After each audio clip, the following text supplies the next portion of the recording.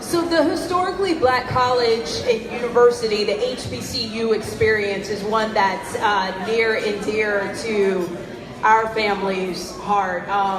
My husband, myself, my mother, graduates of Winston-Salem State University in North Carolina.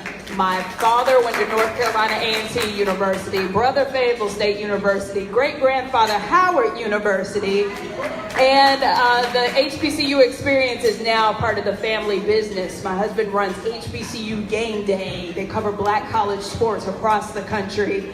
And so I'm really proud and excited to introduce our next speaker here, Dr. Wayne A.I. Frederick, president of Howard University. Now, yes, you can, a round of applause. I won't go over your entire bio today, Dr. Frederick, but we'll start off the top with, after serving as provost and chief academic officer for more than a year, Dr. Frederick was selected as Howard University's interim president. That was in October of 2013.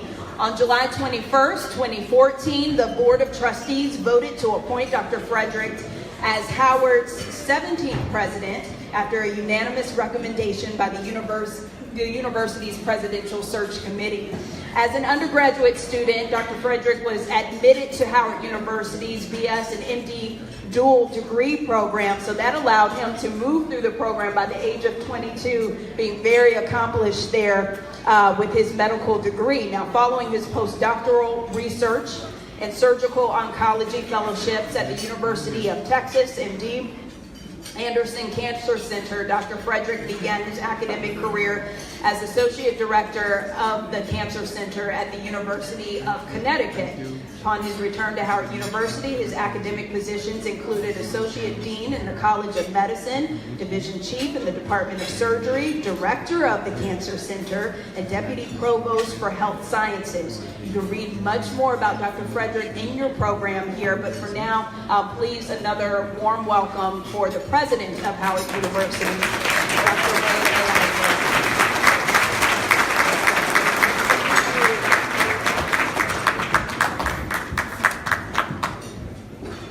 Good day. After listening to the music and seeing all the good food on there, I was thinking this is going to be tough to follow that. So I said, let me give you my apologies up front. It's certainly a pleasure to be here. As you heard, I'm Howard University's 17th president. Howard University has been around for 151 years, and Howard University was started in 1867. And one of the things that is a little known fact is that Howard University's charter was signed by the 17th president of the United States, Andrew Jackson, who was known to be a very, very open racist. I mention that because one of the things that I think we have to be aware of in life is that we have to interact and engage with people who we otherwise may not agree with. And had General Oliver Otis Howard not engaged that president to sign Howard's charter, Howard University would not have existed. There have been 10 white men who have led Howard University. I am the 7th black man to lead Howard University and the first non-American born black male to lead Howard University.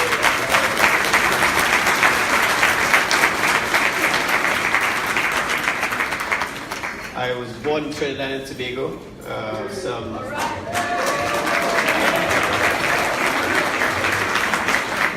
I was going to say some 21 years ago, but some of you may figure that I may be cheating myself a little bit.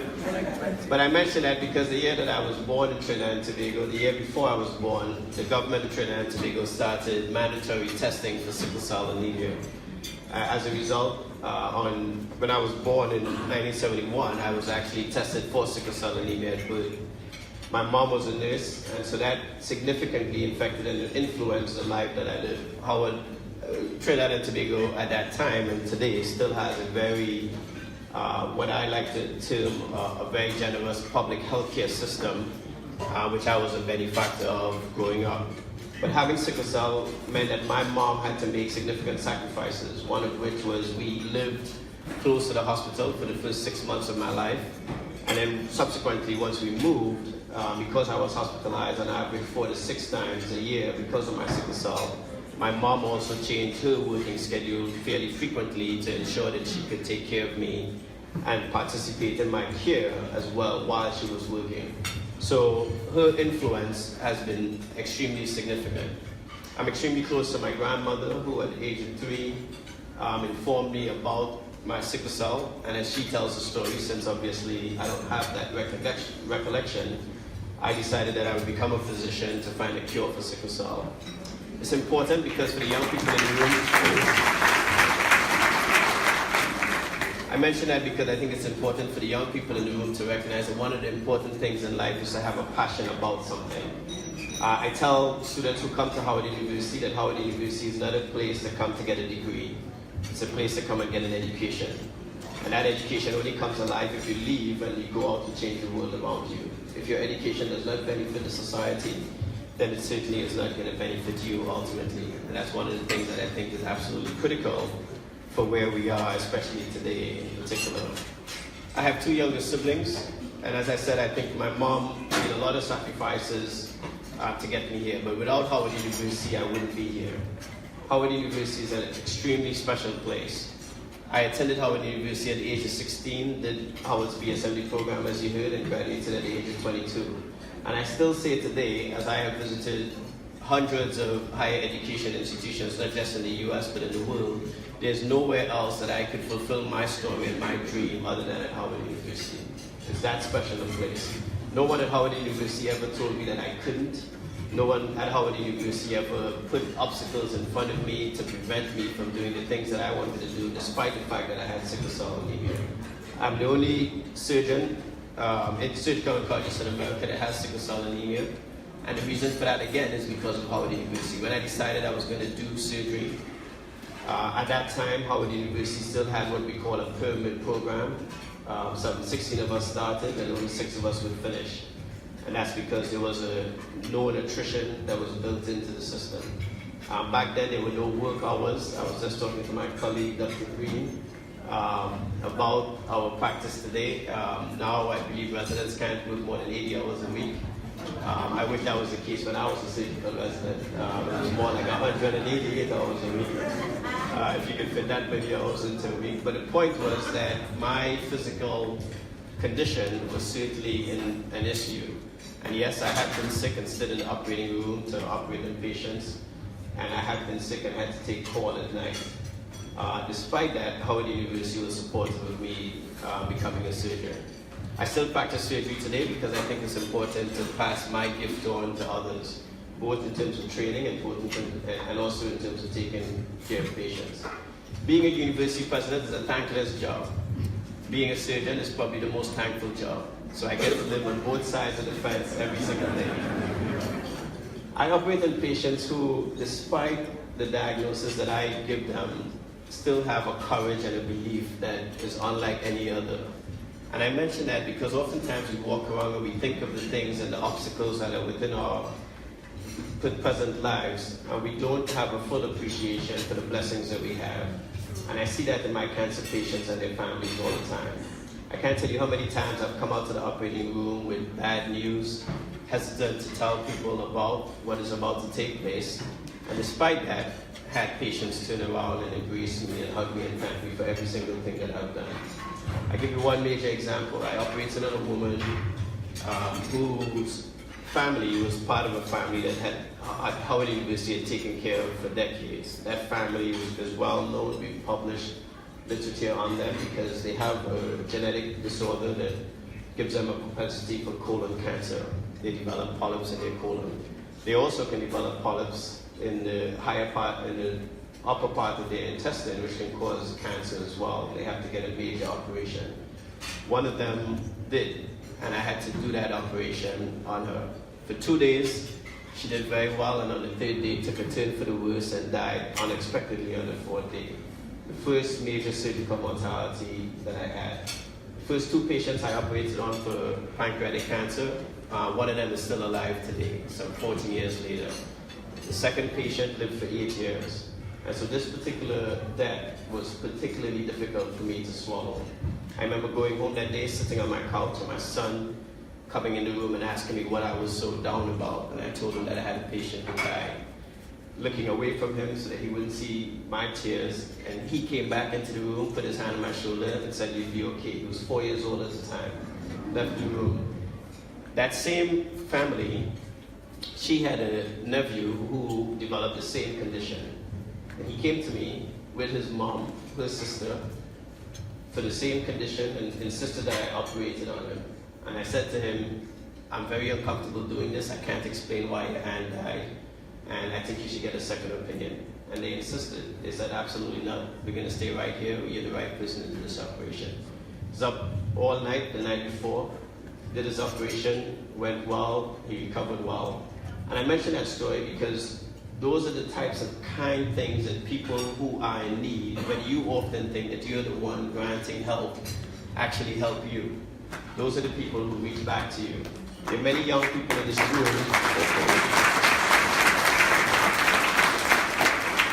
There are many young people in this room who we certainly want to mentor and provide assistance to. And I think as adults, we often overlook that a lot of times these young people give us a lot as well. Mentoring is a two-way street. My mentor came to Howard University in 1948, some 70 years ago.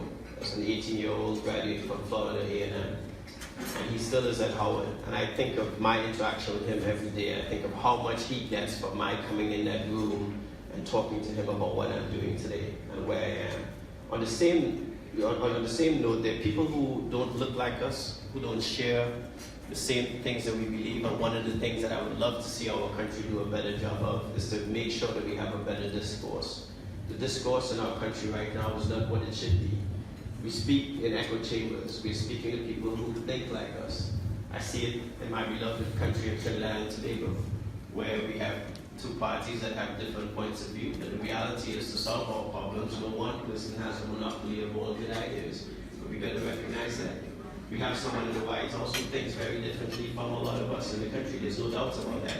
But we still must not get cynical enough that we ignore the fact that open discourse is still the key to solving our problems. And we've got to force ourselves into that position. My son, who at the age of 6 years old, he knew only one president, a president who looked like him. Just think about that. The president in the White House right now is a president who does not look like him, who to him is an anomaly. As far as he's concerned, the president should have brown skin and have curly hair like this. And this president has blonde hair and has white skin. And for him, that's unusual. How did this man get to the White House? But more importantly, when President Obama was in the White House, a very interesting thing happened. I was watching CNN one day, and my son was looking at CNN, and CNN was running a story about the economy, and they were blaming President Obama for the economy. And my son turned to me and asked me, "Why did President Obama mess up the economy?" I said, 30 minutes, I went on and on about President Obama's predecessor and explained to my son everything that George Bush could have done to make the economy better. When I was done, my son just casually turned back to the television and then turned back to me and said, "I don't know who George Bush is, but I know that this guy is the president and he should mess up the economy." So my point being that although my son only knew one person to be the president, somebody who looked like him, he did not give President Obama a pass. And so when he finally did meet President Obama at Howard's commencement in 2016, as much as it was a watershed moment for my family, he still regarded him as the president of the United States, regardless of the color of his skin, and had expectations for him in terms of how he carried himself, his comportment, and how he engaged in the exchange and the discourse of ideas. And to this day, he still believes that same thing. And it's the same thing with my daughter. During the campaign, when we were talking about Muslims, my daughter insisted on bringing a Muslim friend to our holiday party, which for the most part is a Christian party. And I said to her, this could be a little bit uncomfortable. You're going to bring your Muslim friend to a holiday party, and for the most part, it's a Christian holiday celebration. She insisted on bringing her because she did not like the tone and tenor of the discourse among Muslims at the time. And so her friend came that night. Before her friend got there, she pulled me aside and said, "Oh, by the way, I invited her entire family." She invited her mother, her father, her brother, her other sister. I said, "I wish you had told us this. I know we are expecting a lot of people, but still you could at least tell your parents how many people you're inviting. As I get ready to walk away, she pulled me aside again and said, by the way, the son, her brother, has a little thing on his lip that he was born with, so don't stare at him. This young lady, I said, listen, I'm an adult. I think I can handle this. Not only did they come to the party, and my daughter insisted they take a picture in front of the Christmas tree, but she also made sure that everyone in the party met them. And I say that because, again, here's a young person who developed an empathy for others. 2 years later, she would call me on FaceTime because I travel so often and tell me that she just taught herself sign language because she was looking at a television show and saw someone doing sign language and felt that everyone should know how to do sign language because she was concerned that people are walking around and can't communicate and we should all be sensitized to it. So she immediately told me how to say my name, taught me the alphabet, and then taught me how to say hello, give directions, etc. That empathy exists in our youth. And so my message to you today is to not be cynical about our youth. The one thing that I'm very disturbed about sometimes is when I hear that when we were young, or young people today. Let me tell you about young people today. Howard University has 10,000 students. 3,000 of them applied to go to our alternative spring break, and some 500 went, because I couldn't send all of them. They went to 13 sites around the country and around the world. They went to Anguilla, where my wife accompanied them. They went to Ghana. They went to St. Thomas, places hit by hurricanes. For spring break, instead of going to Daytona Beach and having a good time, these young people were sleeping on church floors, administering care to people, helping kids in high schools, doing all that they could do with limited resources for a week to make the lives better for people all around this world.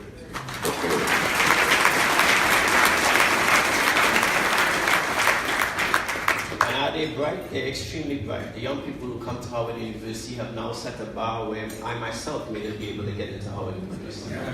The average SAT score for African Americans who took the test last year was 855. The average SAT score for Howard University's entering class this year is 1240. The average GPA is 3.63. When I started as president a few years ago, the average GPA was 3.0. These young men and women are extremely bright. We started a Bison STEM Scholar program recently for students who are interested in a STEM PhD, because Howard University still sends more African Americans to STEM PhDs than anyone else in the country. And we send more African Americans to medical school than anyone else in this country. As a matter of fact, over the past decade, we sent more African Americans to STEM PhDs than Stanford, Harvard, MIT, and Yale combined.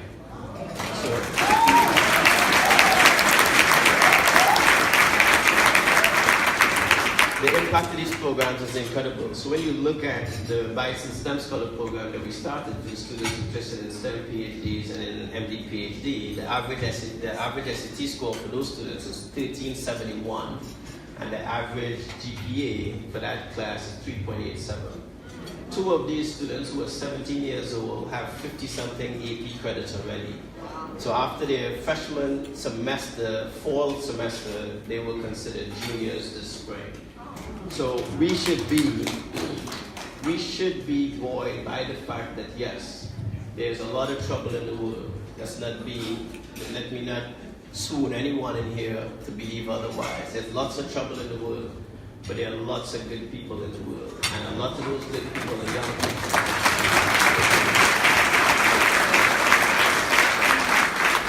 So I want to congratulate the Bryans on their program. Foundations like yours are what make this world go around. They're big things that big corporations and big foundations and major universities like myself can do. But at the end of the day, there's a lot to be done. And we require everyone to participate. And what you do, the generosity of what you do, the exposure that you bring to these students is absolutely fantastic. To the young people in the room, I continue to be absolutely enthusiastic about you. As a father of a 13-year-old and an 11-year-old, I get to see the magic of their joy and their innocence every day.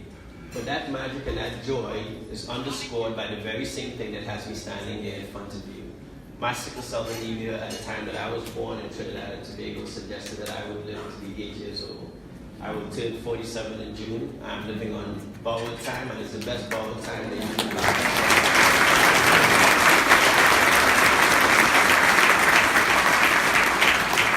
So as I close, I want you to think about this. The French philosopher, a Jesuit philosopher, Pierre Chardin, once said that someday, after mastering the winds, the waves, the tides and gravity, we shall harness for God the energies of love. And for the second time in the history of mankind, we would have discovered fire. So I ask you and I beg of you today, for all that you've done, for the great meal that you've enjoyed, for hopefully the donations that you will make to the Bryan Foundation, that sometime this week you pause long enough to look at the young person in the eye and just express to them how much you love them and how much you see that fire in their eyes. Thank you.